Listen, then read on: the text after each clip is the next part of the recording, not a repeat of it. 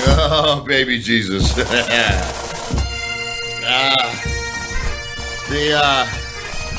name of that tune is called The Green Hills of Tyrol. And welcome to Piper's Pit at Podcast 1. Before I get into it, that tune right there is a retreat, actually. And bagpipes, they're a war instrument. You know, flank left, flank right, charge. This is run away, run away. You know, most Scotsmen are too stupid to do. I love this. It just makes you want to make babies or fight. It's true. My whole chemistry changes. I think you forgot drinking. Drinking. Yes, which leads to midget tossing. Little people tossing. Let me get some stuff out of the way here. My beautiful producer, Stacy, number one. Thanks for being here and getting everything done for me. Now, there's a couple things. Whoosh. I got a tour in the UK. I think it's around July 14th for about 12 days, and it's a new piece of work. There's a lot of guys going out there and like doing Q&As and very superficial stuff. I'm going to go into the bowels of Satan. Yes, Vince McMahon is coming with me to the UK. We'll have fun. They're calling it an audience with Roddy Piper, which I've never. That's kind of an interesting approach. It puts everybody at ease, I guess. But what they're going to find out is that it's time to tell the underbelly of the beast, and I've been under some beasts, I'll tell you that, next morning. What else, Evan? What else have I got going here? Oh, RowdyRoddyPiper.com. You got to go to Roddy Piper. I got some cool stuff. It's time to get new, change, revenerate. Revenerate? Is that, Ethan? Is that... Reinnovate. Thank you very much, Ethan. You awake? I'm here. You know that you knew the word, right? I got my blood pumping. Start inventing new stuff. My business said that I'm the greatest heel in the history of pro wrestling. If you go to Madison Square Garden on the 6th floor, you will find my boots encased. I want them back. Pretty cool. I got a call. Madison Square Garden is 137 years old, and they picked the top 20 moments, and I got in there. I just stacked the ballot box. It's like, if you promise never to come back. I had some great riots in the Garden. I had a riot there one time where, Mr. T was jumping up, and I ended up slapping him, and there was a lot of stuff going on. And when you're in a riot, just in case you need to know this, and they're coming in the ring, they all make the same mistake. They come between the top and second rope, punt, ha, good, and you want to keep them out of the ring and keep punting. Once they get in the ring, you're dead meat. So, that's for you little kiddies. Now you go away, let me talk to your mom and dad. I have like to thank Jake the Snake. We had him last week, and he's doing a real good job as a man. He's taking in his troubles, and he's dealing with them. I holler out to you. They holler at the late night show with Ferguson. Letterman? No, he talks right in the camera. He was talking about Piper's Pit 2 nights ago. The Late Show on maybe NBC. I mean, I only know. So I'm really impressed with you so far. The Jimmy Fallon's. I know you stay up till 2 a.m. Some guy on Saturday Night Live, like a real fat guy with a Hot Rod T-shirt, will go, I'm starting to get a complex here.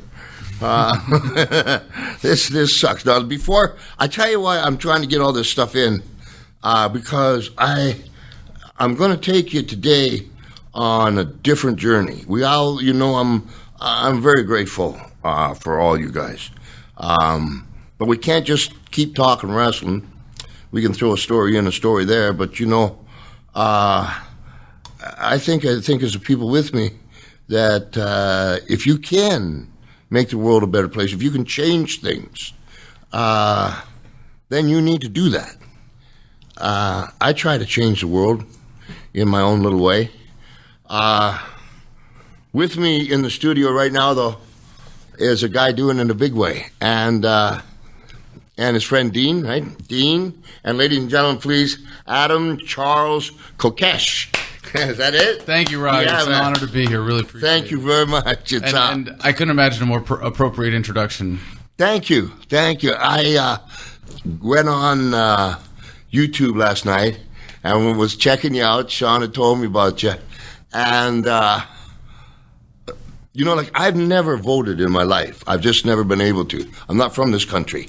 The country I am from, I left so young. So it's interesting. I don't talk about politics because I don't think I'm qualified, and I don't want to change anybody's opinion who's an American and hear properly. I'd die for this country in a second. Just so you know, my one son-in-law is a captain, and he's been wounded twice now. Second one, he's recovering. My second oldest daughter's husband is a Green Beret over there now working. And it's not until it touches your family do you really, you tend to, speak for myself, you tend to not want to be bothered with this stuff. You don't need to hear it now. Adam's talking about something that he obviously believes in. I'm going to give him the floor here. But when they come and take your boy, my boy Colt, you come and take my boy and blow his arm off and bring him back to me, I'm going to not want to know why. Mm-hmm. I'm going to want to know why. Mm-hmm. And so, like, Adam, just to catch him up, because I want to spend all the time that you want to get this across. I think again, I would die for this country. It's the greatest country in the world, I believe. And the first one, where were you born? I was born in San Francisco, actually. And is that where you were raised? I grew up in the Bay Area, ended up in New Mexico. Nice. Graduated from the Native American Prep School for high school. It was an incredible experience as the only white student there. But How it happened cool because is that? I got kicked out of the high school I was in before for possession of alcohol as a boarding student. So. Oh, what a bad boy, huh? Yeah. No, I've always been a punk. And really, that's been the primary driver for me in politics. But, yeah. You mentioned that it's kind of something that I got the sense it was like an overwhelming thing. Like you said, I'm not an expert in politics. So, correct. But that's exactly what the politicians want you to think. Hey, well, you're not an expert. Leave it to the experts. You just sit back and you pay your taxes and let your son get wounded, and you don't pay attention and don't ask any questions and don't ask why. So they're like promoters. Yeah, basically. I've heard pro wrestlers describe politics as theater because they see the connection and they go, no, it's white hat, black hat. It's all a game, and they understand that it's this Republican versus Democrat, and it's a distraction. I have Jesse Ventura is a good friend of mine, and I saw that you were on Jesse's show, and he loves you. Yeah. It's really obvious. And I love Jesse. I was tagged up with Jesse for a long time, and Jesse, Navy SEAL, like jam up man, but he'd put like a do-rag on and these glasses and the psychedelic fashion sense. Yeah, and the psychedelic tights and the boa, and like he come on the way down to the ring. He was like, everybody's booing. He was great. But once he got to the ring, Jesse, you'll kill my real estate value. Just stay. You sucked as a wrestler. Just stay on the apron. I'll go do the job. When I come back, we can go. He was great on the way. I remember Jesse and Adrian Adonis. I was living in a place called the Balmer. It was a seediest hotel. I was keeping warm by the gas oven.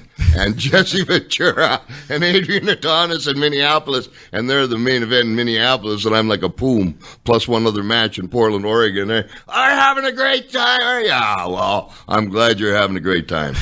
That's a good friend, though. Well, Jesse and I are definitely friends, and I love his voice, and I'm actually really excited to see him run for president in 2016. Pretty if cool. He can pull it together, him and Howard Stern. That's the him rumor. And Howard Stern. Would be really cool. And he throws down and he mixes it up. But I think he was a little more friendly before I put him on the spot on my show a couple weeks ago. Yeah, challenging him with some ideas. And if I may, what I've heard already from you, a lot of conflict, a lot of perhaps cognitive dissonance even, and you want to ask why, and you feel like you're shut out of politics.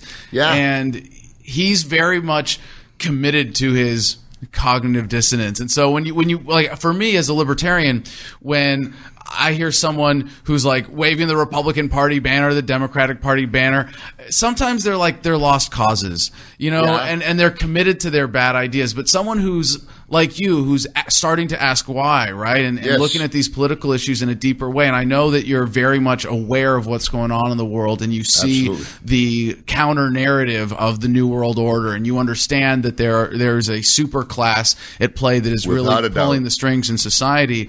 And I think what I've got here is a vision that can answer all of the questions why and resolve some of that cognitive dissonance. So, like, if you had to define libertarianism in its simplest form, how could you define that to the listeners or to me? Absolutely. It is the belief that you, as a free, independent human being, own yourself, and therefore it is morally wrong under any circumstances to initiate or use aggressive force against you in a violation of your rights. Nice. Really simple. And nice. The crazy thing is... You know what's the crazy thing is, like, and we'll keep going here, there is no rules in professional wrestling. There is no book. Okay, so what you said is like tyranny. They make you think what you want to think. I'm just the bastard child. Did I say that? Mm-hmm. I'll try it again. I'm just the bad boy. Redheaded Jedi. So then the bottom line then for libertarian is a man or lady who loves his country but wants to live free with his own free thought. And what will we do with the budget? Well, where does that come in? Let me start from a more fundamental principle here, because people think of libertarianism as a political movement. And if you understand politics as the process of deciding who the guns of government are going to be pointed at, because the most important thing to understand about government is what it is. And nobody who talks about government or politics ever bothers to define it. Because if you did, you would see that it is contrary to freedom. You would see that government itself is a criminal institution. The only perfect, concise definition of what government is, it allows you to say, well, if it fits this definition, it's government. If it doesn't, it's not. Because a lot of people say, well, government's the people in charge, or government is the people that do this or that do that. No. A government is a territorial monopoly on crime. For me to go and point a gun at your head and say, give me half of your income, that's a crime, right? That's theft. But if the government does it, it's okay. Yes, I hear you. Now, there's something that's really interesting. I came by over about 2 days ago. In approximately 1960, when the televisions would end their night, they would have the national anthem. And they had all the words to the national anthem. But then they broke. It's on. You can find this on YouTube, and they used the movie I did. They Live in it, and it's like, They Live was a documentary, I think. But this is like, you guys get a chance to check this out. So the words are coming. I'm sorry, I don't know the American National Anthem. Jose, can you see? Is that it? By the dawn's early. Right. Okay. So. Thank you for the last half of that. Good job. Are you done now? Good job. So, but as the letters were coming across, they were saying different things. I got to make them up, but I'm close. But basically, like consume, trust the government, trust your God. I can't. And, right. And when you slowed it down, you could see the way and I'm going, holy cow. Mm-hmm. So then I do this, and I brought this up before. Have you ever heard of the Brunswick Affair? No. Brunswick Affair, about 1960, 61, 62, they had this television in eastern United States, and they sold a whole bunch of them. And so there's really cool TV in the morning making it up. Mom would get up, Dad would go to work, Dad would come back at 5 o'clock, and Mom, she'd been watching TV, and she went and bought 20 pounds of dog food. But they don't have a dog. Shoot, some other lady making it out like 6 boxes of Tide, and what it was easily looked up. The Brunswick television had a button in it, and I guess payola to the right advertisers, we'll just say dog food. When they said when the advertisement was dog food, they pushed the button or whatever and sent out a wave to you. And it had something to do with alpha and something else in the brain, and made you go, it's a fact, made you go and buy whatever it was. Now, if they were doing that in 1960... You don't know what they're going to do. I can't imagine. Yeah.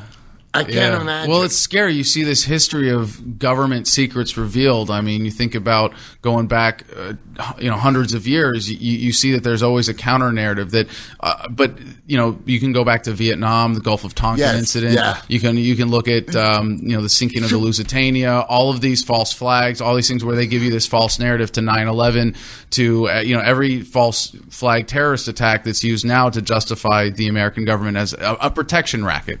Yeah, it's a protection racket. But look, you pointed out something really brilliant there with the way they were using the national anthem. And you say you love this country, and I think there's nothing wrong with when you say the country, but when you say, like, I love America, or even I'm a patriot, what you're saying is, like, I love my country, but I'm going to put a border on my love. It is going to be defined by these arbitrary lines drawn on the map by politicians, which are used to limit freedom and separate us from outsiders. Yeah. And this is the important part of the cognitive dissonance, is that a lot of people go, oh, wow, they're subverting the Constitution. Oh, wow, they're taking this country down. And it's like, yeah, that's the point of government. That's the point of nation states existing in the first place. Yeah. And if you can deconstruct that, you get out of this cognitive dissonance where you go, well, we need to restore the Constitution. We need to take our country back. No, we need to overcome this paradigm, this way of thinking of statism, which is when there's a problem, we're going to turn to violence. We're going to turn to government, because that's what it is. It's very simple. When you say there ought to be a law, you're saying we should point guns at people that I disagree with. Ooh. And that's a very dangerous proposition that violates the core principles of freedom. One of my favorite guys is Gandhi, passive resistance. And it's kind of, is that what it is passive resistance, is in trying to change, making them aware as you are? And because once you get into a fight, nobody's going to win? Yeah, well, it's a little more complicated than that, because it's definitely not passive. And under libertarian theory, or basically the right to self-ownership, if someone is attacking you, you are totally justified in using violence and self-defense. And it's important to note that government is a death cult. Everything government does is backed up ultimately with the threat of death. When you get pulled over by a cop and you see those flashing lights behind you, it's you will pull over now or you will be shot. Because that's what happens. If you say, no, I don't recognize the authority of the police, I'm just going to go along with my life and continue to exercise my freedom of movement, I'm going to go home. You know what happens. They send a helicopter and a SWAT team, and then they take you down for resisting. And as soon as that happens, though, you are justified right now. And I don't think, I want to make clear that I'm absolutely against this tactically. And also because it is suboptimal. But morally, when a police officer threatens you with death, or threatens you with the use of force, or kidnapping because you didn't pay your taxes, or he issues you a citation, says, I'm going to steal from you because you did something that the government, the politicians who wrote these laws don't like, you are justified in using force to defend yourself as you see fit. I agree with that, but there's a couple. I need to take a break, but Adam explaining to us, take our country back, and I have a few. How much do you trust America? Hold on, what's America? Well, okay, I gotcha. Our country. Well, how would you phrase it? Our country, your country. What's America? USA. How do we liberate ourselves from the tyranny of government? We'll be back. Liberate ourselves from the tyranny of promoters.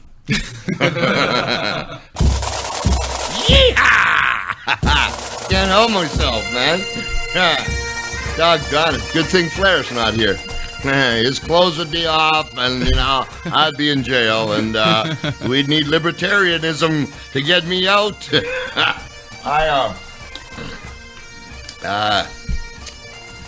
So, I kind of want to get into this with you, Adam, because I don't have great knowledge on it. When I say to you, this country or America, I'm obviously not using the right term, or one that is with what you're doing. It's that government wants you to confuse these terms: government, America, the country, the people.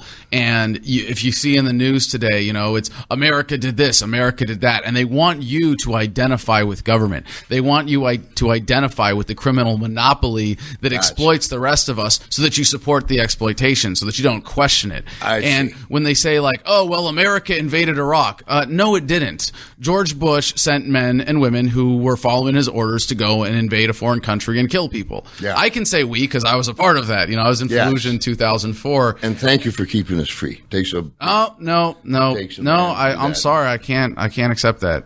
Okay. Because I came home and realized that we weren't fighting for freedom, that was another big lie. And when you thank a soldier for their service, what you're doing is thanking them for killing on behalf of politicians. And we've been so thoroughly propagandized to think that the military keeps us safe, or that our government has our best interests at heart. But if you want to serve this country, if you want to serve your fellow Americans, the last thing you should do is sign up to kill for politicians. Interesting.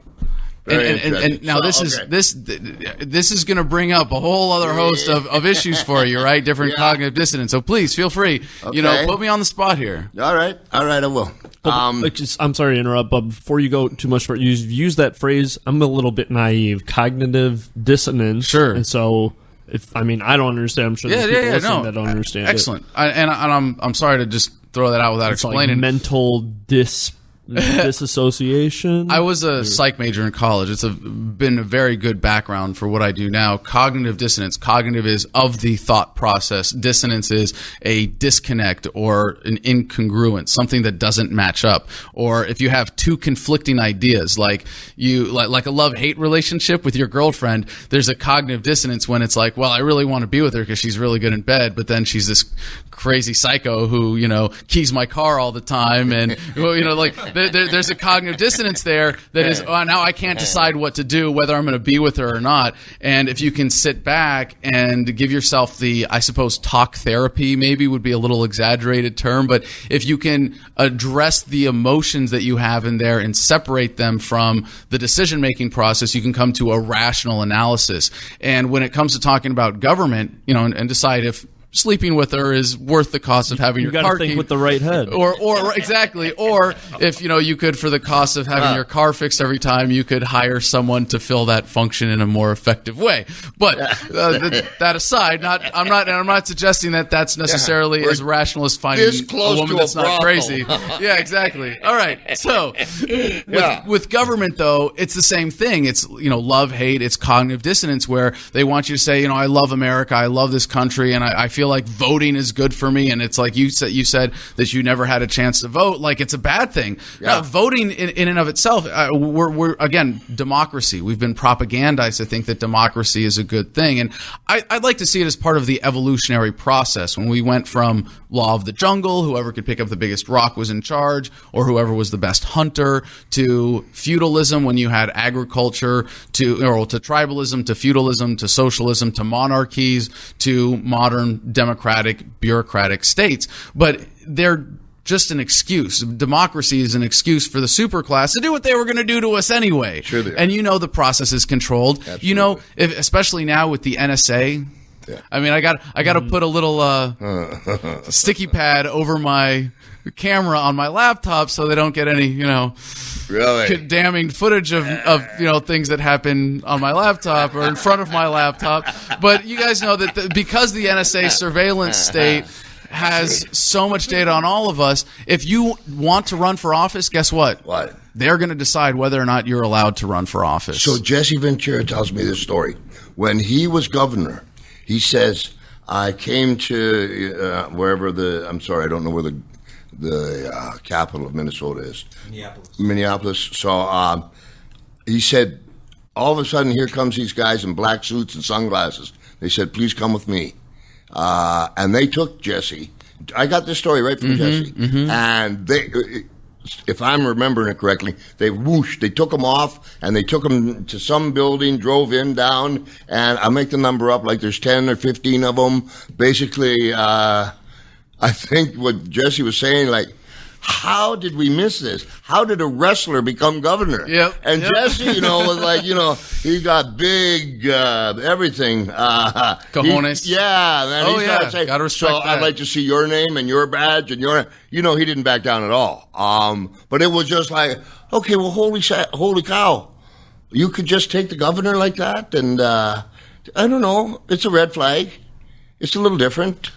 But I mean, are they trying to scare them? You don't even have to hear stories like that to know that the whole game is rigged, to know that the process is controlled. I mean, and I'm not a fan, although I'm a member of the Libertarian Party. It's been heavily corrupted, and Libertarian with a small L philosophically or as a perspective is definitely distinct from Libertarian with a big L as a member of the party. But you look at how the Libertarian Party has been treated in the electoral process, or the Green Party for that matter, or any other minor party, and you see that they don't care about having free and fair elections. It's all an illusion. No. And if you think that democracy is a good thing, and you might say, okay, well, democracy is a step in this process, right? It's better than a monarchy, it's better than a feudal lord. It's better than, the Stone Age where, the biggest guy was in charge, right? Absolute dictatorship of your tribal unit. But it's still fundamentally based on the same premise that it's okay to use violence to control people.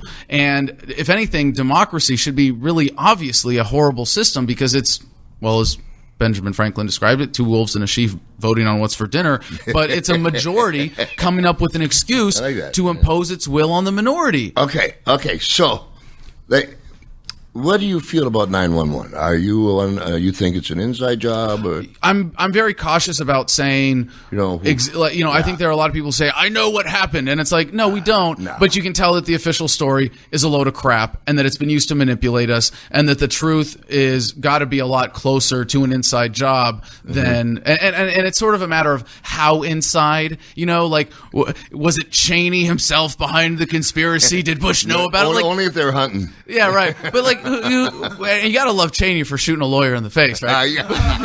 But who knows? And it to me, it's really not that important. And I respect, I know you've talked to Alex Jones about this, and I really respect his work in bringing that to light. But I think he's missing the point. And the point is that it's used to manipulate. And I should take that back because he gets the point. But to focus on the details of how you're getting screwed, it's like if you're getting taken from behind, are you going to stop and measure how deep it is? Are you going to say, oh well, wouldn't it be nicer if there was a condom or lube involved here? No, you're going to say, get the hell out of my ass, right? I mean, it's just like, no, this is, and so that's my perspective that I bring to my activism and Adam versus the Man, which is that let's look at not how is the super class conspiring, how is government working, how are we going to elect the next politician that's going to twist the knobs a little bit and maybe make our lives better, but how do we find the underlying principles that explain why the system works this way? Okay, so that story I told you about the words in the national anthem at the end of the night, that's been declassified. So we know that's a fact. I think that we all know in Pearl Harbor that America knew they knew their country, but they needed an excuse to get into the war. Let it happen. I mean, you talk about people talking about the "let it happen on purpose" model for 9/11. Oh, crazy conspiracy theorists. Oh, but now when it's World War II, the whole thing that started the Pacific Theater War. They know the president knew it was going to happen and said, "Let's ignore that. Let's let it happen." And then you go to JFK. And whatever your research on that is, but it seems like it was Lyndon Johnson, according to Lyndon Johnson's lawyer. And I don't know. I'm just bringing up examples to make everybody think. And Adam here is way deeper into it than I am, but not by choice because I love I love my freedom. I'm not going to say America. I love my freedom, and and I love my bubblegum soda pop. But you look at JFK, our own country, boom, Pearl Harbor, boom, and I think what that's starting to do, especially because we're getting with social media, we're up on things that it's not that hard to believe 9/11 was done for the purpose of getting America into the oil fields of Iraq. But it really doesn't matter. Ultimately, it doesn't matter. Bad things are going to happen. Yeah. Government doesn't need these false flags or these false attacks to exploit us. They just make the racket more effective. Okay, but how then? How do we get this done? I have 4 children, 3 girls and a boy. Thank you. Anyway, I have 4 children. So, as libertarians, where do you stop the control? We need to be policed in some manner, so nobody comes and snatches my kids. All right. Well, let me address that specifically, because what do we have in America today with the police state? We have an out-of-control surveillance state. We have cops that have no accountability. We have dogs getting shot in SWAT team raids. We have cops raiding the wrong homes. We have people getting pulled over who end up getting body cavity searches. One of the things I think that they did that turned them on the policemen is, for years, this stupid show, Bad Boys, Cops. Cops, makes me hate propaganda. them. Makes me hate them. Well, it makes most people think, as much as it makes you hate the cops, it did not change your belief that they were necessary, did it? No, it did not. Well, let me do that then. Okay, go for it. All of these consequences, or all these features of the police state, are direct consequences of a government being trusted with the essential function of providing for the public safety, which is a legitimate purpose. It's not policing. It's addressing real threats. It's stopping real criminals. But the system itself is criminal because it's premised on the idea of, we're going to steal from you in the form of taxation in order to pay our salaries. So maybe we need to address taxation as theft. All right. Are you familiar with that analysis? Yes, sir. Okay. So I've heard that it's not illegal to not pay your taxes. You only have to file them, but there's no law that says you are required by law to pay taxes. There are a lot of technicalitarian arguments in activism to say, look, if you get a parking ticket, you can go to the judge and say, but Rule 59362, blah, blah, blah, blah, blah. And if it's a parking ticket or a speeding ticket, the judge might say, this guy's more of a pain than he's worth. We'll dismiss this or get rid of it. And a lot of people do get away with applying those to bigger issues like paying taxes. But it doesn't really matter because we have the inflation tax, the Federal Reserve System that forces us to use the United States dollar, which is why Bitcoin is so exciting, and cryptocurrencies in general, is that we have now an alternative money system that the government can't stop. The government has repressed for years attempts to create gold and silver backed currencies. Yeah. And before the age of the internet, they were able to do that. But the big ripoff is not just the income tax and all the direct taxes you see, it's the inflation tax. They print more money in Washington, D.C. Supply and demand still applies to the unit of currency. The dollars in your bank account and your back pocket lose value. But the fact is, taxation is theft. When I said government is a monopoly on crime, it's illegal, or it would be unlawful under natural law, under law based on respect for individual rights, for me to say, well, I'm providing for your safety. Now give me half your income. No, you should have that choice whether or not you want to support this. So to the thing with police, right? You now have this institution in America that writes its own checks, that decides its own salaries, right? And corrupt. How much they get to take from you. Being in my sport, as soon as Obama got in, if anybody that didn't think he was going to last 2 terms really needs to double check themselves. All right. I can figure that out. Obama is the greatest president the United States government has ever had, because no one has achieved the transfer of wealth from the poor to the rich that he has. Yeah. And because he's paying off his sponsors more effectively than anybody else in American history, should be no surprise that he got a second term. Absolutely. It's in my mind, it's just, put him in. It's like Hogan. Yeah, make him the champion for a while. Gotcha. What do you think's going to happen in WrestleMania? I think Hogan's going to beat Andre. Why? Because that fills seats. That fills seats. And in the government, economics. that's how you pay off the sponsors. And if you look at who's behind the Republican and Democratic parties, bankers, Goldman Sachs, all these power players, it's the same people, same racket. As a dad, here's where I get confused. Hold on, wait, if I may go back to address the police thing. You want your children to be safe. Absolutely. Well, when you're 8 times more likely to be killed by a cop than a terrorist, by the government's own statistics, do you really think turning to this institution to provide for the public safety is in your best interest? If you call the cops and you have a domestic dispute, what are they going to do? Well, they might shoot you, they might arrest you, but they're not. The fact that we rely on them for this is the problem. And the answer is to actually have a system based on protecting your rights. And this is the greatest cognitive dissonance that we experience as a country. The greatest scam of the police state is that we need them to protect us, but we need this government system to protect our rights. But by the way, it's a system that is premised on violating our rights. Okay, you came up, you said something, and I thought about this a couple days ago. Just a second here now. I forgot it. Thinking about your kids?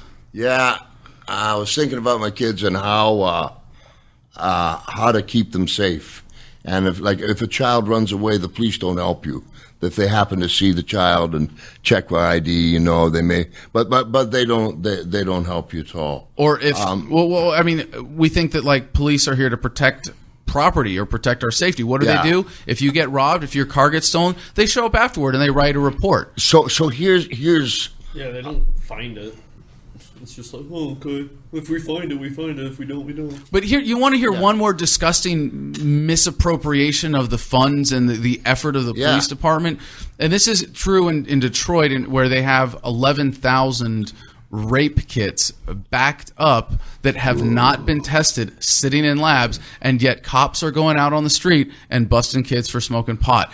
They would rather bust you for something that you have a natural right to do, because the pharmaceutical companies and all the other people who have an interest in marijuana staying illegal have bought off the politicians, than actually keeping you safe, than catching rapists that they have the DNA samples from. They won't even allocate the funds to process those kits. They would rather screw you over. And if you don't see from that, something's wrong. And it's not because, and if you ask why, it's not because, if we just took the money out of politics, if we just got them to stop bribing politicians. No, I don't think so.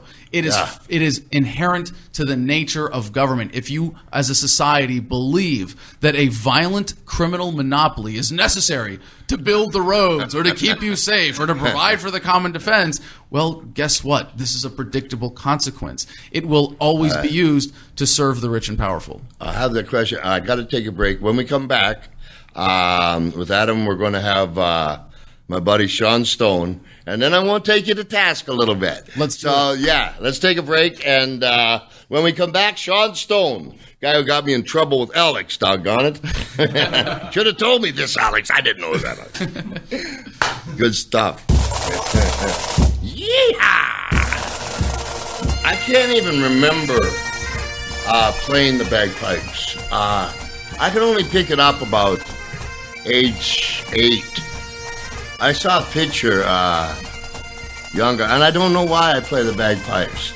But I know the bagpipes is a war instrument. And I was taught, the kilt, the plaid on the kilt, the reason that's there is back in the day they could tell if you're Highlander, Lowlander, what battles, who you were, and it was like carrying a book around. And if you're somebody, doesn't matter if it's in India, America, Africa, when you die, somebody plays the bagpipes at your grave. And I love them. And it's appropriate to have a instrument of war for today. Lucky enough to have Alex Kokesh. Adam Kokesh, wrestler. And Don Stone. Don Stone. You got hit in the head too many times, buddy. Ladies and Sometimes gentlemen, it's just for me, Mr. Hollywood is in the house. And doesn't matter. Evan, Evan, how you doing there, pal? Doing great. Just reading Adam's book, Freedom. Yeah. You know, one of the things you're talking about... wait, no, the title of the book, as you can see, is Freedom! With an exclamation at the end. Just so you know, all caps with an exclamation. Oh, mark. yeah. You should give some credit to William Wallace here on There you the cover go. page or something. William Wallace. I'm going over there in July. But, you know, so you're talking about the rights, keeping your right of freedom, staying in this country, and you correct me if I'm wrong here, because keeping your individual rights while living in this country and not having a gangster, for lack of a better word, that's organization, a very good word. Yeah. Gangster organization coming and taking. But how do you make that work? How do we all experience the independence and liberty and safety for our children, and have that fire engine at 1 o'clock in the morning when you dial 9, all that? How do we make that work? If as corrupt things are now, what's your move there? That's a great question, and it's certainly a legitimate question when presented with this idea that we can, as a society, function without the violence of government, that we can come together and achieve all these things peacefully. But I want to put it, before I answer the question, in a sort of historical context, because what we have now is a form of slavery, a mild statist slavery where you work for the government as much as they say that you're going to be taxed, right? You know, the average American, that's half the year now. Well, under direct slavery, absolute ownership with black people in America, when the Civil War was about and people were saying we need to end slavery, you had the abolition movement coming as a real political force. The people who were kind of ambivalent on the issue, who understood that, slavery's wrong and bad and maybe we can do better without it, their objection was, but without the slaves, who's going to pick the cotton? And if you're an abolitionist, you say, it doesn't freaking matter. Slavery's wrong. It's morally wrong. And if it's morally wrong, society's going to be better off as a more moral society. Now, to answer that question in the modern context, if you understand that government is violence, government is the threat of violence, it is coercion, everything it does is premised on threatening people, then what we're saying as libertarians is we can find nonviolent solutions to all of these challenges. We can come together peacefully and address all of these issues more effectively than coming together with violence. So when a central planner like a communist says, well, I know how many widgets that factory should produce because I know what the people are going to want, then they're making a central planner kind of decision or presumption that they're going to force on people. So as a libertarian looking towards the future, the most important thing I can say is I don't know. I don't know if we're going to have drone taxis come around picking us up, if it's going to be relevant even, who's going to build the roads, it might not matter. Who's going to provide for the public safety? Well, we might not need police as we know them today if all of the root causes of violence are addressed, because we're able to have a far more prosperous society when we're not funding war and the police state and the banking class and the super class and all of those ripoffs. So I can hypothesize and say, well, if we decide that we need a police force that looks like what we have today. And I believe that as we transition to a nonviolent system, the institutions that we create nonviolently will at first resemble government institutions. You might have a community, the city of Los Angeles, voluntarily pitch in and say, well, we believe in the public safety, or we want to hire a defense force. We want to have some kind of insurance that's going to respond to that. How do you get them to volunteer? How do you get them to volunteer? You don't get anybody to volunteer. You pay them what they're worth. And how does then California and Oregon and Utah make sure the same serial killer doesn't work all three turfs? Well, and excuse me, I don't mean to be because of my lack of knowledge. It's more, but there's got to be some kind of a tracking system.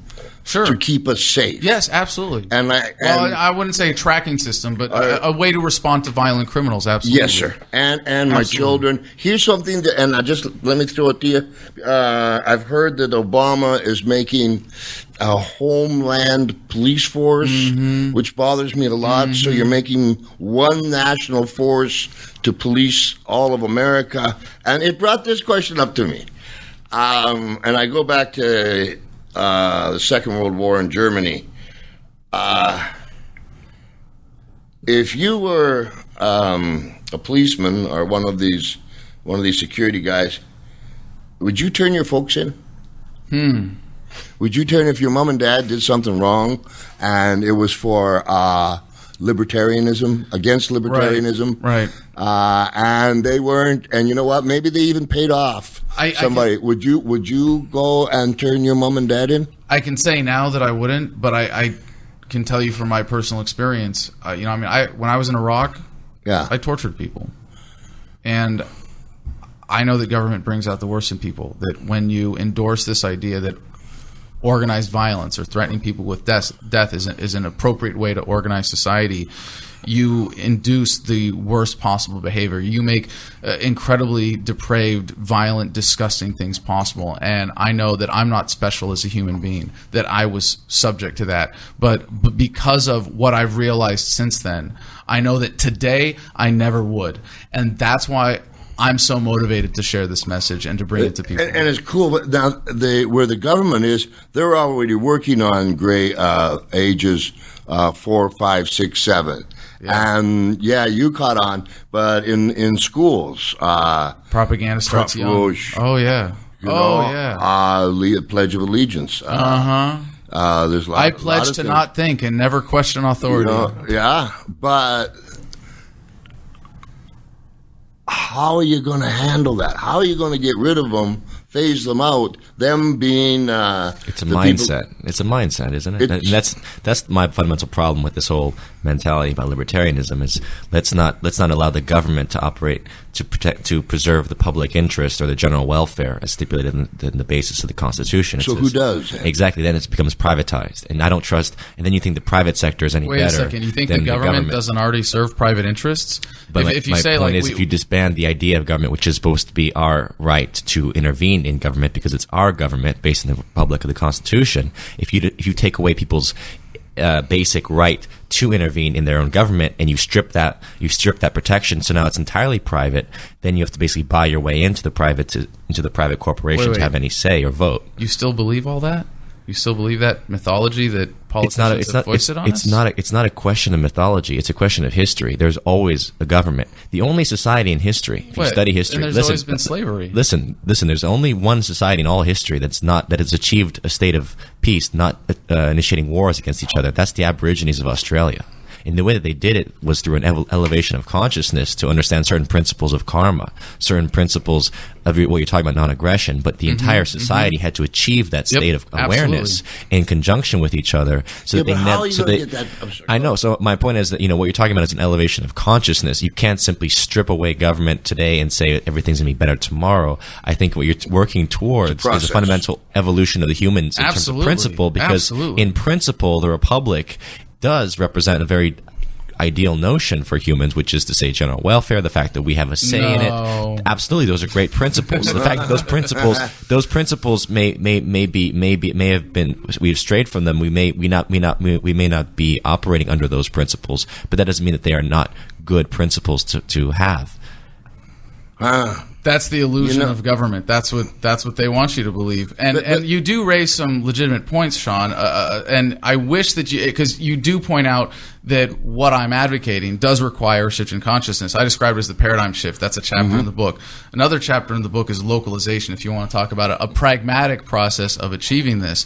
And I know that I'm all for states' rights. Again, that's part of the Constitution. You're using this very dangerous anti-freedom language. States don't have rights. Individuals have rights. Correct. And that's an important distinction. But the point is that states exist by the will of the people. That's the basis of the Constitution. No, you have to go back to the written word and say, look, if it's not being honored, then we have to go back, because at least we have a document to resort to and say, look, this is our Constitution. It's based upon the will of the citizens empowering the state, then empowering the states to come together as a U.S. government, a federal government. It never has been. What you gentlemen are proposing in this changeover at whatever pace it would come, while you're changing over, how do you keep America from its enemies? How do you keep America still? Well, America's enemies are at the top. You have to understand that America's enemies are here. Yes. Our enemies of the American people is the British Empire and the imperial monetary system that has been shifted here superclass that has taken over the into the government. Federal Reserve. So- the Federal Reserve being a private bank that was empowered by the government, probably actually illegally against the Constitution. So again, this is why I say you go back to the Constitution, you see so many violations. I say we need to point out and say and go back to the Constitution as the basis by which we need to operate, so that when we see the violation, for example, giving away our power to credit the Congress to credit money and giving it to a private bank like the Federal Reserve, you say, look, that's foul. That's wrong. It's enshrined in paper. You can go back to it, and at least you can always make this point. So that's why I say go back to the Constitution, go back to the Republic. If from there you ultimately move towards a higher order evolution of consciousness such that we can become global citizens and more humane. What do you do during the chaos? But there's not what chaos. Chaos. Those folks that when I said the people that keep America strong, you're indicating that it's already the people that are running the country But they don't are they the don't enemies. They don't keep it strong. They've been destroying our country. Look at our financial system. Yeah, this is the chaos. What we're experiencing right now under the present government is war and the police state and the exploitation. But you mentioned the military and the national defense. Are you ready to have your mind blown? Yeah. Because this is something that a lot of people have never considered before, and it's very important to understand that the national defense is itself a racket. Governments use the term national defense as an excuse to defend their territory where they have exclusive rights of taxation and exploitation. And the fact is, and this is the mind-blowing part right here, having a military makes a nation less safe. Now, in order to understand that, you have to understand, again, this myth of America, the government, the country, separating those things. Countries don't attack other countries. We've been taught to believe this through the mainstream propaganda that governments say, well, America invaded Iraq. No, Bush sent people working for him to go kill people on the other side of the planet. Totally different analysis. Countries don't attack other countries. Governments use violence to expand their protection rackets. And if you say, I need a government to bend me over and take half of my income in order to defend me. I love taxes. Taxes are important because the Constitution says taxation is good to go and we need this authority to rule over us. Well, guess what? Then another government will say, ooh, yeah, tax cows, victims. We want them. We want to exploit them. But if a nation says, or people say, no, you want to roll through my streets with tanks? That's cool. You send an IRS agent after me, I'm going to shoot him in the face. That country will never be ruled. That country will never be governed. That is a free society. When you say we refuse to be taxed and fall for the protection racket, and to whatever extent there are legitimate threats, we will be far better off turning to voluntary, peaceful ways of coming together to create a defensive force. If I see that Sean Stone here is about to steal my wallet, and I say, oh my gosh, this is a real threat. I need to defend myself. Wait, I can't defend myself. I need help. Roddy, please come and help me. That's fine, right? But if I point a gun at your head and say, Roddy, I need you to give me $50 so I can go buy a Saturday Night Special. I can shoot Sean here so he doesn't steal my wallet. Then I'm just as much a criminal as he is. Yeah. And if you allow that kind of criminality to be the constant paradigm, which is what it is today, this is how people think about problems when they come up, is, well, let's turn to government, which is institutionalized violence. They're saying, no, peace is not the way. Cooperative commerce interactions based on respect for individual rights. No, forget all that. Let's just turn to violence of government. Yeah, that'll solve problems. Well, you usually get the opposite effect of what you want. Same thing with the Constitution. You know, if you think that the Constitution is all the mythology that you've been led to believe, and you're saying, well, let's have the violence to get that the Constitution is premised on, what we have today is the predictable consequence. And what's the game plan? Localization, taking governments apart from the top down. But that doesn't make, I use the word, United States of America weak. It doesn't make it weak. It makes us stronger. The government is what makes us weak. To those that would want to take us over and take our land, are we not Well, I don't know who wants to take your land, really. I mean, maybe the Native Americans. Well, no, but government from claim the land monopoly. who wants to take your land, aside from the government wants to take, Exactly. BLM wants to take certain lands. But as far as I'm not a fan of just localization. I agree, localization is necessary, but you also need investment in infrastructure things. For example, that was always the problem. Was the basis of how this grab took, the federal government's grab took over, was because of the Commerce Clause, right? So once they were building railroads between states, right, and highways between states, which is a necessary thing, right? I mean, you can't necessarily get a local community to pay for a highway that's going to go from Santa Monica to New York City, right? What's an interest in Santa Monica wanting a highway all the way there?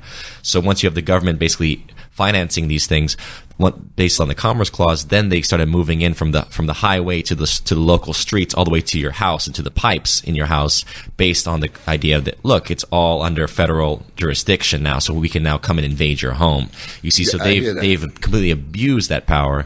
And again, it goes back to the idea of they have overstepped their bounds from the federal government point of view, to be able to seize things, to be able to come into people's homes and have jurisdiction where it would always historically would have been under the local community or the state.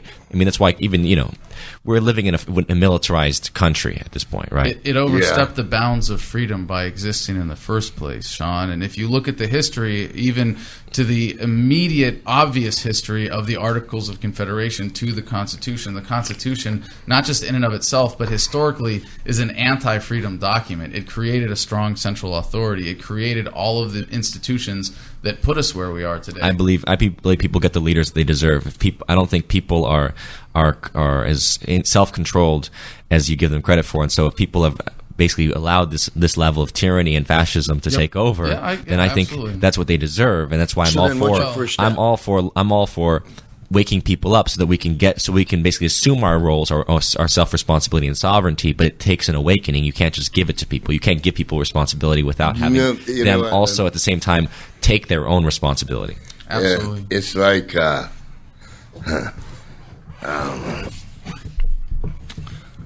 in the business of professional wrestling, guys will go someplace and they'll get a bad payday. Mm-hmm. And they're all over it. And the promoter, and all the way back, they talk and they say, all right, we're getting together, going to the office at 9 o'clock. There's 20 of us. Go, boom, we're tired of it. Have another beer. You betcha. And all right, boom. 8 o'clock next morning, I'm the only one at the door. Where's the cavalry? Every time the bell rings, I never see them guys again. Yeah. They're just talking. Because they're not willing to stand other than that gorilla that wants to kick my butt. Right. So how do we take control of the gorilla? How would you unfold the wrong and fold in the right? How would you do that right now? Just what would be a battle plan? And I'm not asking for anything specific, just going because here, I got 4 kids, okay? Yeah. I'm a professional fighter. I have no rights. Yeah. I can't vote. I can't get health insurance. Nothing. I'm me. What I bring home to my family is what my family gets. Well, under government, you don't really have any rights anyway. You have privileges, because every government is premised on the idea that because it has a territorial monopoly, it owns you. You see, I've been blackballed 4 times in my sport. So my sport is pure tyranny. So I really understand it well, but not. I can't put the words of your government into my business, because I just don't know which ones fit, which ones are in alignment. Like the promoter would be the president of the United States, and he would say what, and all the way down. And I've seen it's a little different. Because myself, I'm an expert at you in your home. At getting you to stand up, go get your wife, go get your kids, get in the car, drive 20 miles, buy a ticket, pay for parking, get some popcorn, have something, watch me, go home. I can make you do that. That's a lot of power. How do we... That's the entertainer culture. I mean, you think about it, that's why news is now predicated on what celebrities are doing, celebrity value. Very much right? so. Because that's the distraction. And like you said, the promoter is the apparent owner, but people don't think about it when they're watching the wrestling match. No, they think the heavyweight champion is. But even when the promoter becomes the buffoon, he becomes the front man, he doesn't really own it. Right. Well, there's always the guy behind. There's always the people behind it that are actually the investors, the real owners. Well, let me ask you a question to help make a distinction between the wrestling business and government. If you had a promoter that was just every single time screwing you over, you're getting paid half of what you promised. Yeah. What do? You, nothing. I used to get blackballed for having counters. You'd come and you count the house. What? Yeah, you had counters. I did a newspaper that I hid, an underground newspaper. I got blackballed for that. It said NWA, stood for No Wrestlers Allowed. And I had a guy in a suit with a smile, and in his right hand, this is the crest, in his right hand he had a bag of money, and on his left side was a wrestler in trunks, and the wrestler in his left hand had a wrestling championship, and the promoter had him by the balls. And that's the insignia. But they traced it back to me. I've been fighting you. You look at HBO. So you do nothing, right? You walk away. If a promoter was doing that, they go out of business, right?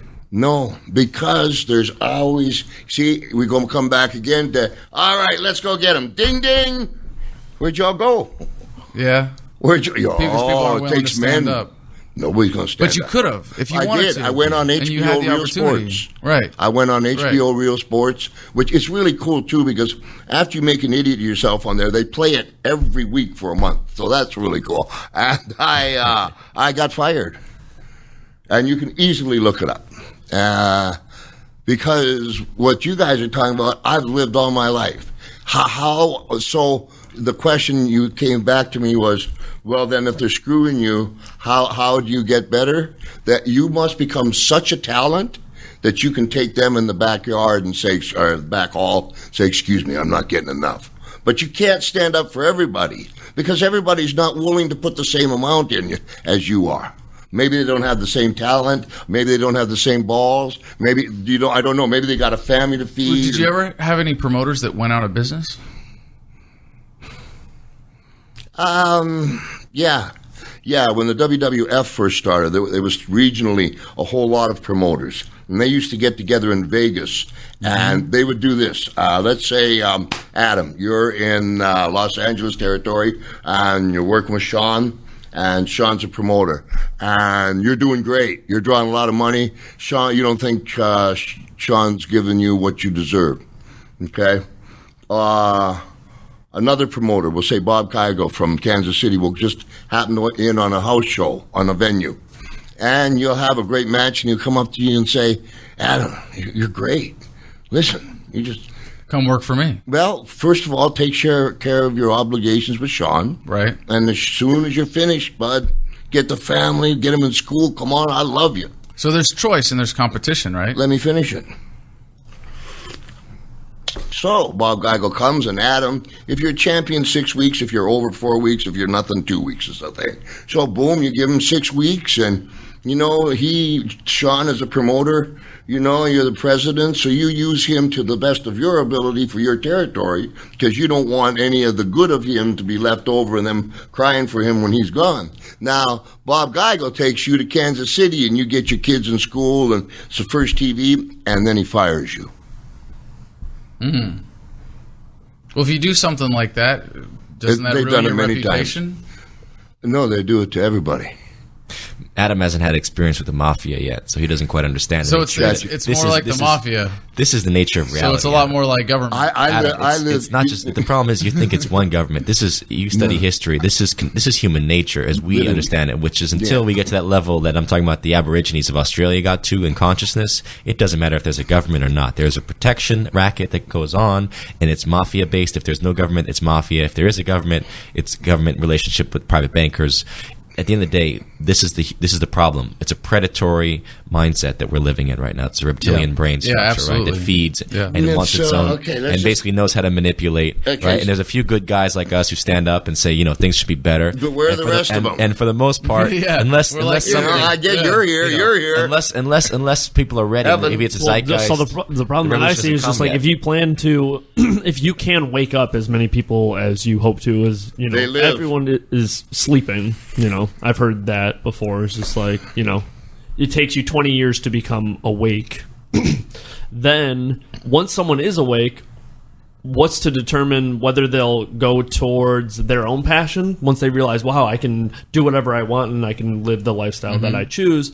I'm going to put that energy into what I want to do versus I'm going to try to get everyone else to believe or, wake other people up as well. Oh, that's Does that great. make sense? Yeah, no, it's great. And there's nothing wrong with that. Before I answer that, though, if I may just say, this process of waking up, you're right, like it used to take maybe 10, 20 years. And for me, I'm a really slow learner. I mean, I was in the Marines after all, right? And I got home. It took me 10 years from saying, well, I'm a libertarian because I'm not going to be a Republican or a Democrat. That's lame, to understanding what it means philosophically. I would say that was my awakening. It was a 10-year process. And there's an old joke, like, what's the difference between a statist and a libertarian? And a statist, someone who turns to government, believes in government, believes that force and violence are good ways to organize society. What's the difference between a statist and a libertarian? About 6 months. And now it's, one weekend of watching YouTube videos and reading Wikipedia articles, because the propaganda has us attached to this idea of using violence to solve problems. And you have all of these objections. Who will build the roads? Who's going to provide for the public safety? Who's going to police? Who's going to go after violent criminals? And when you can just have all those questions answered right away at the click of a button, because we have the truth button now at our fingertips, that process is rapidly accelerating. But if someone's response is, cool, I'm out, I'm going to live according to these values, that's enough. That's enough to bring down the system, because someone who wakes up to this doesn't go out of their way to pay taxes, doesn't vote for douchebags to be in charge of the rest of us, doesn't support the police state, doesn't call the police on their neighbors for stupid stuff. Like, that fundamental raising of awareness, even if they don't get engaged and become activists, is just as important, because you live differently. And if you're awake and you go, well, I understand that the Federal Reserve is the underpinning of this entire system, that it is the center of this entire racket.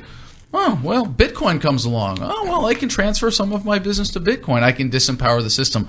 That stuff is huge. In fact, more than activism, more than standing around with signs or going to protests, is living differently. That kind of civil disobedience in your lifestyle. Bitcoin's a donation. Bitcoin's a donation. No, it's money. Okay. Bitcoin is a new what happens to religion? Digital monetary system. What happens to religion under libertarian? What happens to all the different? Well, I think you'd have freedom of worship, no? Absolutely. And right now we have the government officially state sanctioning, although in the United States it's not as bad as in most countries, but carving out legal separate powers for different institutions and entrenching powers, and you have a lot of corruption. I heard you say earlier reptilian. I don't know. So there's tall whites, grays, and reptilians. I can't remember what the fourth one is. I think there's more. I think there's probably about 20 plus species on this planet. Yeah, I mean it though. Yeah, they're here. Yeah, there's no doubt in my mind. I think they live. I mean, do you believe that, Adam? The more I think about it. I think it's a good metaphor for the superclass. I don't think there's anything more scientific to the theories of aliens or reptilian people or anything like that. But it's the lines of what is the metaphor and what is reality kind of blur when you look at the superclass and you look at what they're capable of with all the money in the world and all the technology that they're able to keep from us through DARPA, Defense Advanced Research Project, the DoD's scientific laboratories and stuff that they have access to that nobody else has. They're almost diverging into another species. Did you hear about Denver? And I don't know if it's correct, but they have huge tunnels they dug under Denver. I'll tell you something. When I was flying in there for a conference, landing in Denver, the taxi driver told me he used to work as a bagman, at the airport. And he said it's the only airport I've ever seen in the world that they take your luggage underground. And he said when you're driving down there, you realize that they've got roads, and then there's all kinds of roads that lead to other roads, and you're not supposed to go down there. See what's going on. He's like, I heard the same kind of things, which we saw when we were working with Jesse Ventura on conspiracy theory when we went to Missouri. We saw like these great cavernous basically they built in like these big cavernous storage facilities inside the mountains and underground. Yeah. And oftentimes those will have like tennis courts and like almost like a hotel quality to it. So apparently they have the same things going on in Denver, which makes you wonder because there's so much military presence in Colorado. That's the thing. NORAD, Colorado Springs, going back to Tesla being there doing his experiments in the 1910s in Colorado Springs. It makes you wonder I've been told that, again, I'm not qualified as you gentlemen. I want to make sure that people know that, so I'm more asking questions. But they want to get you down to a chip where everything about you. Your bank account, anything is on this little chip. And they can trace you. Like they can trace $100 bills now. But that's what they said, talking about, the taxation process, right? And why IRS is illegal, and this whole process is illegal. It's illegal to tax your labor, right? That's very clear. And the film Aaron Russo did, From Freedom to Fascism, was fantastic on that subject. Woke a lot of people up. Really worth watching. Aaron Russo was a guy who, he told Nick Rockefeller from the Rockefeller family tried to recruit him to join the Council on Foreign Relations. And the CFR is the private part of the empire, basically, that really has a major influence on the media. The CFR very much controls the output of media because most presidents, most major media moguls, intellectuals, they all go to these, their kind of meetings, the CFR, and they have, I've seen it. They have lectures. They basically discuss issues, and they kind of push, they push a certain agenda, let's say internally, and then that usually trickles out from within that think tank, and it trickles out into the media that you see, the TV shows. So Nick Rockefeller was trying to bring Aaron Russo, because Aaron Russo is a big producer. He did Trading Places, worked with Bette Midler his whole life. He's trying to say, look, come work with us. And so they're hanging out, they're talking, and he's trying to recruit him to the propaganda wing of the superclass. Exactly. So Nick and Aaron are hanging out. They're going to have, having a good time, limos, and this is before 9/11. And Aaron says, Nick tells him, look, you're going to see in the near future that we're going to have wars against people that don't even exist, living in caves, right? We're going to tell people that they're in caves, right? And people are going to believe this, right? And we're going to have troops in Afghanistan and the Middle East, and just for oil and financial purposes. But people are going to believe the mythos, right? And Aaron asks him why. Yeah, and he's like, "What's the ultimate goal for you guys? You have all the money you want. You're Rockefeller. You've had $1 billion since 1900, right? Yeah, so what is this?" And he goes, well, at the end of the day, we want to be able to put chips in people and control people's every he said that decision. At the end of the day, exactly. We want to be able to make sure that we know, and they're already working towards this end, right? As far as like the Facebook and the social network is concerned, we got to know, hey, at what time are you more likely to purchase this item? At what point are you more likely to watch American Idol? At what time are you more interested in that film? And to be able to not only know that, but then also control that decision making process. Total control of the human psyche, right? The mind. And this is not government though. This is the private sector merging with government. Yeah. But again, this is why I fear the mentality though, because the private sector can also do this too. So who runs the press? Let me draw a connection here, because Sean is so right on in so much of his understanding, but is missing, I would say, this one key understanding here. And by the way, Sierra will go on a date with you after you've read that book. She said that. All right, Sierra, we're holding you to it. But you say it's about control, right? When you say we need government for anything, you're saying we need a system of control. You're doing the exact same thing. You're saying, well, because I can't figure out how we could do this peacefully right now, I want some system of control. I want a constitutional government. I want a government to build the roads. I want a government to do these things. You're saying, and just consider this. We could argue this again forever, but I think this angle might really capture our divergence in thinking here, which is that you don't see that what you are doing when you say we need a constitutional government for X, Y, and Z, you're saying I want an institution to control people because whatever your personal motivations are, even if they're totally benign, it's the exact same thing as a Rockefeller saying, I just want to control people. Control is an illusion. Control is an illusion. The Rockefellers had a lot of control over the political process. They took control. They used their money and influence, and they took control. That's why you had David Rockefeller running the Democratic Party and the Nelson Rockefeller's brother running the Republican Party. I mean, that's the kind of insanity of the world we're living. But again, that's based on their private financial gain in an imperial model of really, it's a monetary system that we're under. Their control is based upon monetary powers. Yep. And this is, to me, this is the antithesis of how we have real economic growth and development. You've got to go to a currency that's predicated in sovereignty, let's say, sovereign currency. Right? Free choice. Whoever uses it gets to choose whether they use it or not. Right. First from a central bank, I believe, controlled by the Treasury, that ultimately is answerable to Congress, to the people. But then having competitive currencies like gold and silver, I think, is fantastic. What do you think about the whole world just becoming one?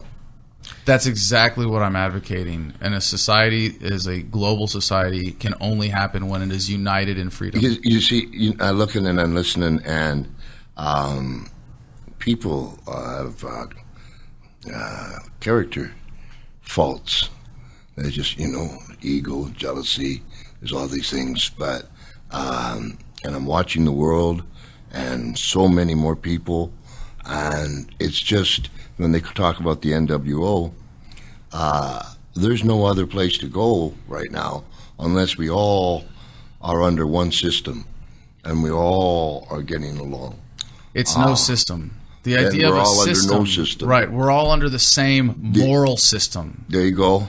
And then who pays for what, when, how? It's a huge. It's like who will build the roads? Who will pick the cotton? Who will do the school? Who will pick the cotton? But see, when you have faith in nonviolence, when you have faith in freedom, those questions don't really matter anymore, because you understand that it's like a scientific principle. It's like gravity. When gravity was identified and became a commonly accepted principle, people didn't go, but hot air balloons, therefore gravity must have an exception. No, they said, well, how do we figure this out scientifically? And they go, okay, well, air that's lighter than other air, yada, yada, yada, and that's how hot air balloons work. And how do you keep the bad people from coming in and taking over again once you get rid of the lot that you got now? First of all, how do you get rid of the lot you got now? That's a big question. If the worst thing that you're saying about what I'm proposing is it might turn back into what we have today, that's really ultimately the only fair rebuttal. But the answer is you have to change the paradigm, as Sean pointed out. It needs a broader social enlightenment, and it needs people to understand that they can live free, that nonviolence is the way, and that they should stop carving out this moral exception for government. See, my main fear of this notion of freedom, remember, we've been predicated on that notion that's free choice in the dumbing down process of America. The last 40 years of this takeover of our culture, of our society, to the level that people are more are eating McDonald's. They're making worse choices for their health. Hold on, I'm gonna write this down. Sean Stone is afraid of freedom. Well, no. Again, no. I'm saying that ideology of so-called freedom. That was Adam Curtis did a great documentary. The commercialized on BBC, version of where it it was like the century of the South. Like you're free to you're free to eat whatever you want, but people are making bad choices. As long as we can steal from you to subsidize the poisonous stuff. You're free to to watch whatever you want, but people are choosing to watch things that are not elevating their intelligence. You can have any color car you want as long as it's black. No matter what. I mean, the point is you're free for the meat, for the iPod, and it's more and more based on you and your consumer choice. And they're selling freedom so hard, and yet what you're getting from it is an actual decline of the overall discourse, intellectual discourse that goes on, debate in the society. You're straying from this notion of a society as a whole. You're going into the individual. Everyone is so free that they're cut off in their little bubbles, and the divorce rates are skyrocketing. Families are no longer people are not making families. That's the basis of a society right there. You don't have a family. You don't have a neighborhood. If you don't have a neighborhood, you don't have a city. If you don't have a city, you don't have a society. I never considered that, but you're really insightful to point that out, that the word itself, freedom, has been twisted and propagandized the same way America has been. Right. And family sitting down for dinner. That's why I wrote the book. That's huge. Yeah, I got you. Freedom. Remind people what freedom really is as a state where no one is forcing their will upon you. Yeah, but if you had California to deal with, how would you do it? What would you do? If I was the governor of California. Yeah. That's not a very hypothetical question. That might happen, and yeah, if I get selected by the Bilderberg Group, that might occur. I got to cut a deal. I'll be yelling with a bullhorn and Jimmy the mouth of the South. Yeah, California's a very important piece of the racket. How are you going to deal with this, Sean? Martial law, first of all. No, it's different. I mean, honestly, I don't know enough about state politics because there's an issue. See, my main thing is, look, if you're going to take the control of this country from a presidential point of view, you got to go after the Federal Reserve, separate ourselves from that nonsense, from this fake dollar monetary system that we have. Yeah. So as a governor, I don't know that you have as much financial control as necessary, and that's. You could start your own currency. I'm not about to launch. A California state governor could say, we're issuing the California dollar now. If that's the case, again, I don't understand enough about the nature of state politics, but I think that, yes, the main initiative is issuing currency and issuing bonds in conjunction with big works projects. For this state, for example, you got so much overpopulation in, for example, the LA area, the greater LA area. I'm all for, let's work on building maglev rail to, let's get people away out of the cars. Let's try to spread things out. I would work on the irrigation process. Working with, but this is in conjunction with other states. Understand? Yeah, this is not alone. You got to work. This together. is in conjunction with other states. You got to work on irrigation because we're way too dry, right? Our agriculture, I would say, is in jeopardy of being taken over completely by like the corporate Monsanto type of interests. These to me are the major issues for a place like California. Who do you think is America's biggest enemy? Barack Obama or what? No, the British Empire. British Empire? Why? Well, what is America again? How are you defining United America? States, the American the people? Republic. You're talking about the Republic of the United States. You're talking about the government? The Republic is the government, right? No, the people that make up the government. Well, then that's not the Republic. In principle. The Republic is the system of government. So if it's the people, I would say we are our own worst enemy. Because we believe in this, we support this. We, as you say, we stay up late and drink beer, and then we don't show up in the morning when it comes time to actually address these issues. We avoid them. You're right. But this is why I say the British Empire, because the British Empire propagated that mentality of freedom that we have now bought into. So we have been hypnotized by generations of psychological warfare and monetary warfare, by government privilege. And so that the idea of not just government privilege, but the idea that, look, you can choose to destroy yourself, and that's the fundamental theme of this whole thing, right? It's like you guys are dumbing yourselves down, you're destroying yourself, you're killing yourself with everything you eat, you're buying into the the American Medical Association's version of how to heal yourself, and so you're basically dying a very slow, painful death as a country, and you believe that that's freedom, and that's why I say the British Empire. I think they're the instigators of the psychological warfare. Well, I want to address the food issue because that is so central to all of this, and a lot of people take it for granted that we're eating healthy because we're doing what government tells us to. But if you're drinking tap water full of fluoride, you're dumbing yourself down a little bit there. If you're going to McDonald's, you're poisoning yourself. Even if you're eating USDA approved food, you're taking a risk when it's full of hormones or pesticides or whatever the case may be, processed additives. But the main thing is that the government subsidizes certain aspects of the food industry, not just through the general practice of corporatism, of making concentrated companies, existing power even more entrenched, but they are stealing from us. They are stealing from everyone in order to subsidize the corn industry. Because, we need to have grains, we need to have cheap food. The consequence is that now the government is stealing from us to subsidize the growth of corn that is GMO, and not just because it is GMO, but because it is bred to be made into corn syrup. It is not even fit in its natural state for human consumption. So this is why you have corn syrup in 90% of the processed food products in the average grocery store, unless you go to a place like Trader Joe's or Whole Foods or somewhere that has that, as a specific bent. But even there, you as a consumer now, this choice is an illusion because you're saying, well, let's see, I can go to McDonald's and it's cheap. I can buy bread and it's cheap. I can buy sugar food and I can buy stuff that's full of corn syrup and it's satisfying. It gives me calories. And by the way, it happens to also be addictive. But now it's harder for you to afford real food because they're subsidizing poison. Now let's go to that issue of cheap. Because again, this is a mentality. This is a monetary imperial policy of cheapening, and this is where slavery came from. Was the idea that it's cheaper not to pay somebody than to pay them a fair wage, right? And then Adam Smith figured out this free market mentality came along. They said, wait a minute, it's better not to enslave him. It's better to make him pay because I don't want to have to house, feed, clothe, and care for this guy. That's costing me money. Let's make him fend for himself. Let's pay him $1 and let him go out and figure out where he's going to find land to live on and clothes to wear. Well, it's kind of a misrepresentation of Adam Smith. No, it's not. Adam Smith is an imperialist. If you don't understand that, you don't understand the history of what he worked for. He was working with the British imperial policy in India. He was working with he's someone who's advocating this free trade policy against industry. The idea is every country has one thing. Hey, you grow rice, great. You're going to trade your rice to us, and we're going to focus on cotton export. As opposed to the idea of industry, which is about the idea of self-sufficiency. That's the greatest thing you can do for your own sovereignty. Right? Is become more self-sufficient. Absolutely. We can advance energy technologies. We don't need to be shipping oil around the world 500 times so that an oil cartel can make money for us to pay for our gas. Right? So the idea of self-sufficiency is key. That's based on industry and technological evolution, and that's where I think government comes in, and the idea of that the Apollo program did deliver, for example, a tremendous amount of wealth in terms of the real technology and science that we derived from that program. You see, so that's where I see government and the necessity of infrastructure and industry. That's it. Hold on a second. Okay. You want to say that you want to point to the space program and say that did good things, that developed new technology, that made America proud, whatever the case may be. Fine. The reason it happened, though, through government was because government was able to steal from people in the form of taxation, right?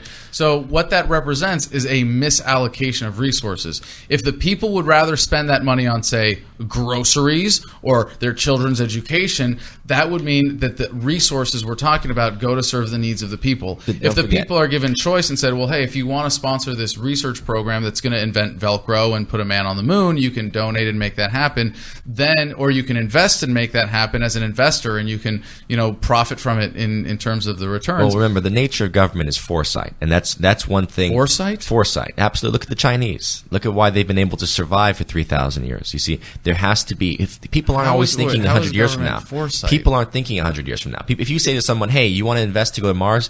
No, I don't want to invest to go to Mars. I want to invest, in what I can make money in next month. Well, so there's the whole point there's a balance there having an investment, the long-term investment comes from government in the sense that that's the principle. That's your justification for violence and theft is foresight, that we can't have that non-violently.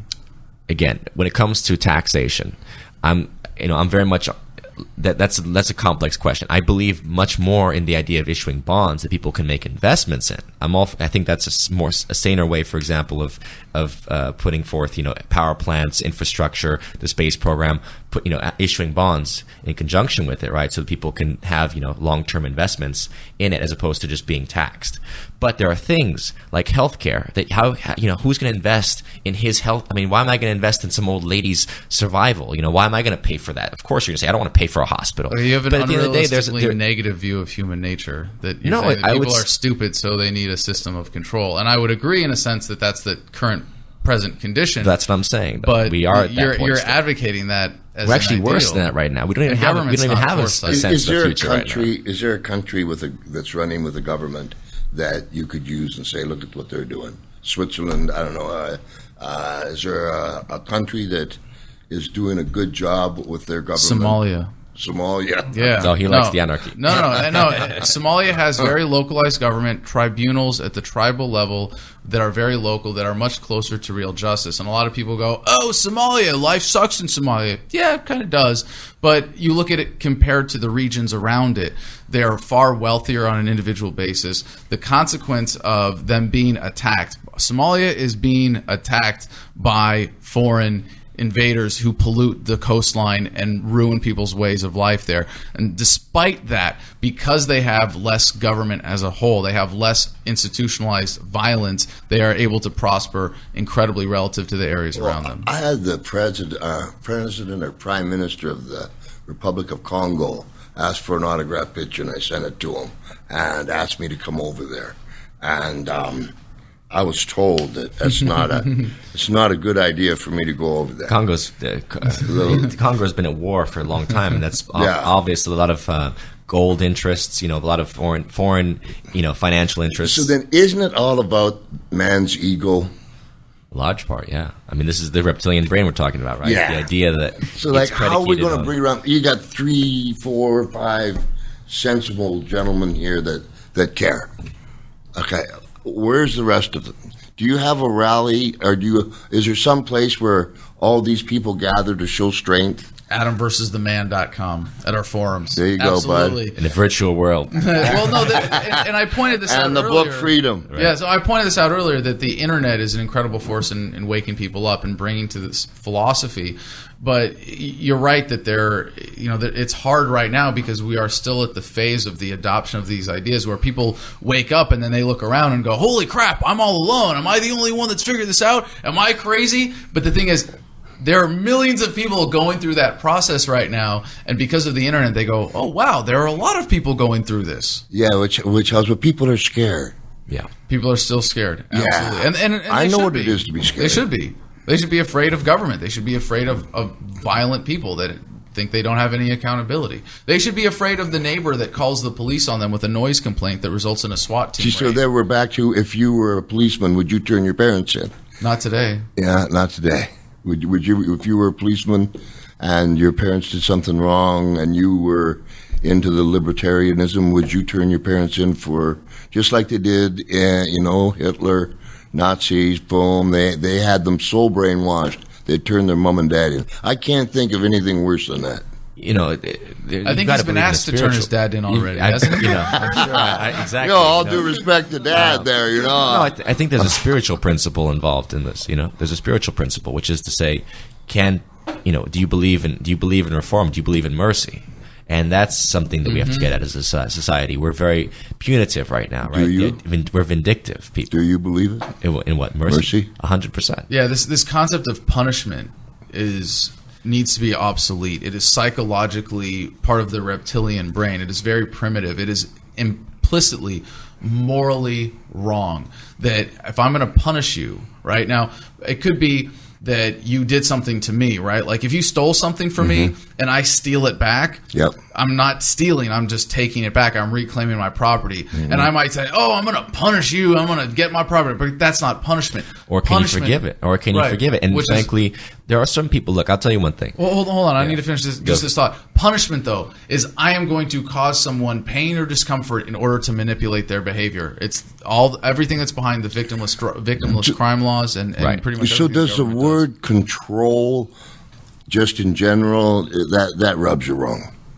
That rubs both you wrong. Control, yeah. He likes some control. No, I don't mind. No, I don't. I'm not afraid. You see, I don't love freedom as a word. I don't hate control as a word. I think that both have moderation. You see, if it goes to excess, it becomes chaos.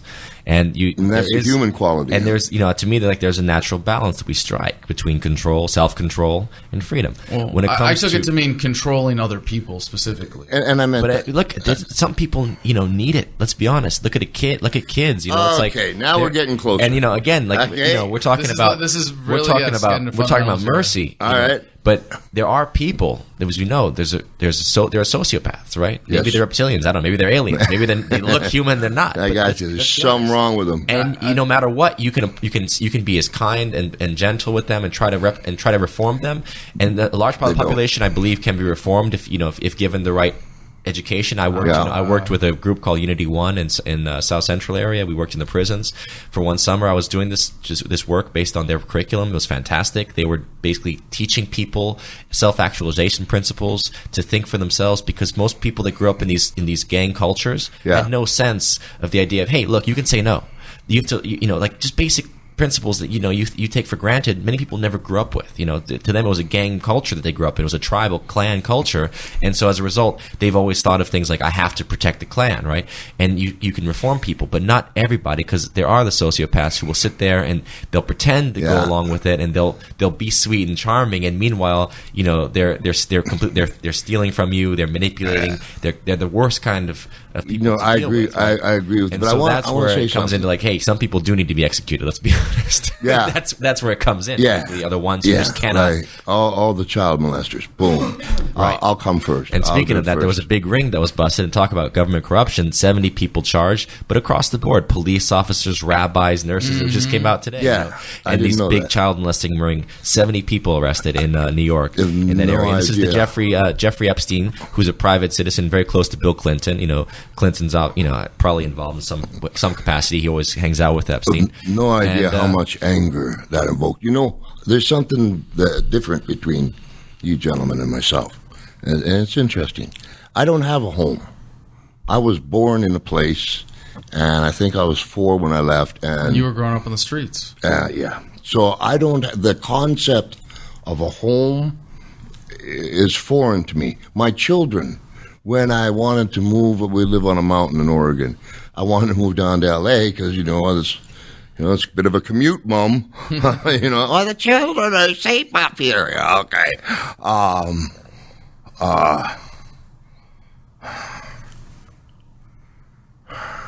You don't have the same investment. You see, I'm trying, because when I talk to you, I can feel this is your home, and both opinions are. To me, it's the world. And I've gone through a process where I've shed myself of my nationalism.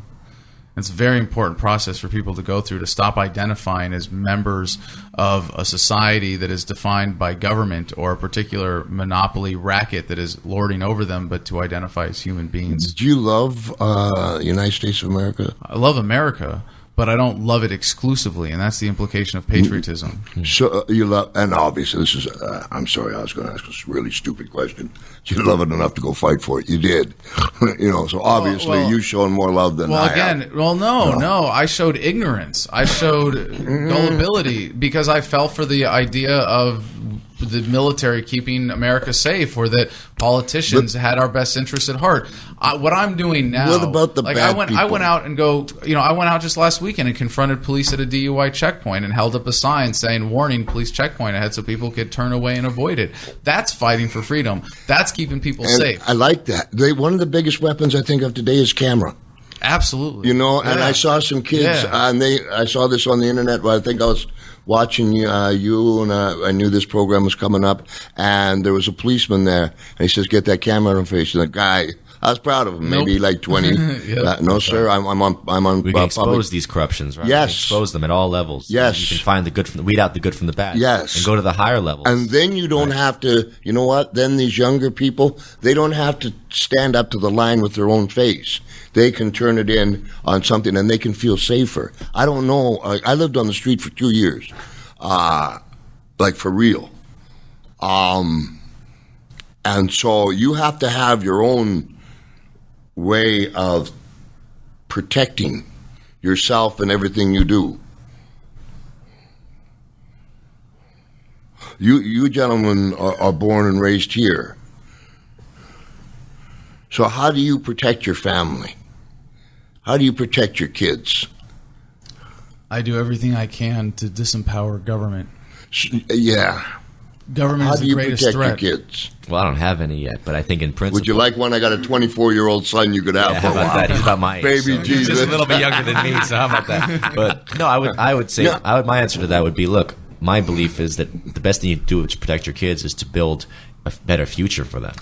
I have guns. Hold on, there's one very specific thing. Yes, teach them how to be able to defend themselves, whether it's simply standing up for themselves, not looking like you're going to be a victim of bullying or pickpockets, being armed if it's practical. I carry pepper spray. I think that's a huge thing in terms of self-defense, to not rely on the police. Teach them how to interact with government. Teach them how to not be screwed over by the police. Teach them how to opt out of the system. Exactly. Teach them their rights. Teach them how to talk to police. This is what I do with my YouTube channel. Like, this is the video we put out about the checkpoint. It's like how to go through a police checkpoint and not answer questions. All you have to do is say, am I legally obligated to answer that? And the cop will say, yes, you are, because they're allowed to lie. And you say, no, you're wrong, sir, and here's why, because the Supreme Court said I'm not, the Fifth Amendment applies here. But if you just say, if you stand up for yourself, oftentimes they back down, because government is a bully. Yes. And I think Sean will recognize the significance of, at least in its current form, but I would say inherent to its nature, it's a bully. It threatens you to control you. Yeah, the children obviously are our future, and they're the ones the government, as we said before, are instilling. My children, and maybe Sean, you might relate to this. I can't, but having to be the son of Roddy Piper. What did you do today, Dad? Oh, I knocked out Mr. T, kicked Cyndi Lauper, chased Dick Clark back to the dressing room, but then I found Liberace with Rockettes, and little Richard gave me a Bible, and I'm eating a tuna sandwich at the deli. Right. Now you got to give Sean his turn to do that. Oh man. So kids or people would come around my children because of what I did for a living, and I don't know when you were growing up. If that happened to you, Sean, I don't know what that's like. So I had to teach my children how to. I literally live on top of a mountain. Closest town is 20 miles away. I'm 1,000 feet above the snow line. So I isolated them, and I taught them how to protect themselves. That's the greatest thing you can do, right? At the end of the day, it goes. It was my best shot at it. It goes back to in every principle, self sustainability, right? Being able to, as an individual, feel self-confident. Okay, so here's where I'm going. Mm-hmm. And I don't mean to be rude. Is with you're talking about the government? I agree with you, and the government and the way they want to control things. I think the problem is this. I think the problem is the dads need to step up 100% and teach the kids before the government ever gets to them. Parents in general. Well, let's talk about and that gets us into the war against the against manhood in general, right? The idea of it's all about empowering women, but the idea is women should have power. It's not that, but why are we so focused on the idea of empowering women, which inherently means here's something what it's been, which has actually been a war against the men in our American more culture. on self-sufficiency. Gender is a superficial distortion of that, but you're right that it's a war on self-sufficiency to make people dependent to get them to accept government. Correct, exactly. And Sean, you're a victim of that too, I'm a victim of it. Yeah, because you think we need government. You've obviously my point is the bully's going to be there no matter what. The bully's in the schoolyard. It doesn't, he's not a government agent when he comes and bullies you in the schoolyard, and the school's not a government agent when they tell you there are rules. The private corporation has rules too. The government has now become is now a private corporation. It's not actually a republic anymore. It is a U.S. corporation that doesn't operate under the powers of the Constitution. So there's a lot of things that are distortions. But anyway, the point is bullies are always going to be there. It's not like I'm sitting here freaked out about. I don't believe in fear. I don't tell people go be afraid of the government. I say no, go seize the damn government because it's your government and take it back. And if in the process of seizing it, you might realize how things actually work. Okay, but so this is the mums. Mums are strong. Mums are strong, and so they made MAD. Mums Against Drunk Drivers. Mm-hmm. And I agree with you where the government goes, okay, 0.08. And if you keep it under that and you're drinking and driving, you're legal. But that's just a scam. Oh, yes. It's has total nothing. The law is no drinking, no driving, period. So they have their little, but my point was this. The mums went after that, and it's a terrible incident where some guy came in and killed these little kids, and his mom was like, the dads aren't standing up. When you're raising, like when I was raising my son, I would talk to my son. I would have conversations where he could understand of what's fair and what's not, and what's taking over your life, and how to conduct yourself, and how to take care of yourself, and it starts with what strangers do. So stranger danger. And then as they grow, it's from your own, and I'll give this short one. I've got you guys. I don't want to let you go, but I know you have to. Well, if everybody was raised that way, if everybody was taught that, government would be obsolete tomorrow. But I really respect it. I got a lot more questions for you, so I want you back. We're going to have you on my podcast. I'd love to. We're going to have you on my podcast. We'll give you a full hour, and we'll answer all those questions. Let me get this over, because I was coming to the WWE WrestleMania 30 in New Orleans. So in the Hall of Fame, they put Mr. T in the Hall of Fame. And, it's not a secret. Mr. T has no love for me, nor I am. And as we were coming, when Mr. T got inducted, he had his son do it. And as Mr. T was giving his induction speech, he mentioned that his son had a master's. And it caught me. And as we were all leaving that night, about 12 feet in front of me was Mr. T signing an autograph. My son and I are behind, and I'm looking at it. I'm looking at his son. I turn to Colt, and I say, Colt, that's my son. I said, let me show you what a man does. And I went up to Mr. T, and I'll give you the exact conversation. I went up to Mr. T, and I shook his hand, and I said, congratulations for getting into the Celebrity Hall of Fame. You deserve it. He says, thank you very much. I says, maybe we can go for a Coke. And he goes, maybe chicken. I said, maybe Popeyes. He said, it's a little rough on my tummy. I said, Kentucky Fried? He said, okay. And I hugged him and shook his hand to show my son what the right thing to do is. Because what got my attention and respect from Mr. T, none until that moment where, wait a second, your son has a master's? Good job, Dad. Yeah. Good job, Dad. So if we can't get them when they're up there because they got the people, Illuminati and all those different ones, they're trying to get our children. The dads need to stand up. Dads need to stand up and take a stand. I'll go right to the front of the line. Not a problem. But Dad's against the Illuminati. How about that? Dad's against. I was trying to come up with something. Dads are dangerous. I couldn't nothing. But shoot, I know you got to go. Well, Roddy, I mean, I gotta say, it's a real honor to me. If I may share story super quick. When I was in the Marines on active duty at Pendleton, I did a strongman competition in the under 200-pound class, and I used the classic line from They Live for my sort of motto, my rally point. You get psyched up. Cool. I mean, it's the same thing, before working out. Sure. And I had a sweatshirt that said, I came to kick ass and chew bubble gum, and I'm all out of bubble gum. And it's a real honor to meet you. It's been a lot of fun. But I want to say, as me and a fellow human being who, who's had the kind of success that you've had in your life and never been exposed to these issues, coming at it with such an open mind, to see you really considering these things, it gives me hope, and it's really beautiful. And I think, maybe it's sincere, it's authentic. I have a unique hope in humanity, and I believe in the capacity of human potential, and I think that everybody can get this message. I think the one thing I've learned from, I'm 32. I've had a pretty full life for 32. I've been in the Marines, I've been an activist, I've been in jail. I've been the only white kid at a school full of Native Americans. And the one thing that I've learned through all of this is that there is a universality to the human experience. We all want to be free. We all want our will as individuals respected. We all want choice. Nobody wants violence used against them or limiting their ability to flourish. And that's what's bringing people together. That's the paradigm shift that humanity globally, through the internet, through the sharing of this information at such an accelerated rate now, is experiencing.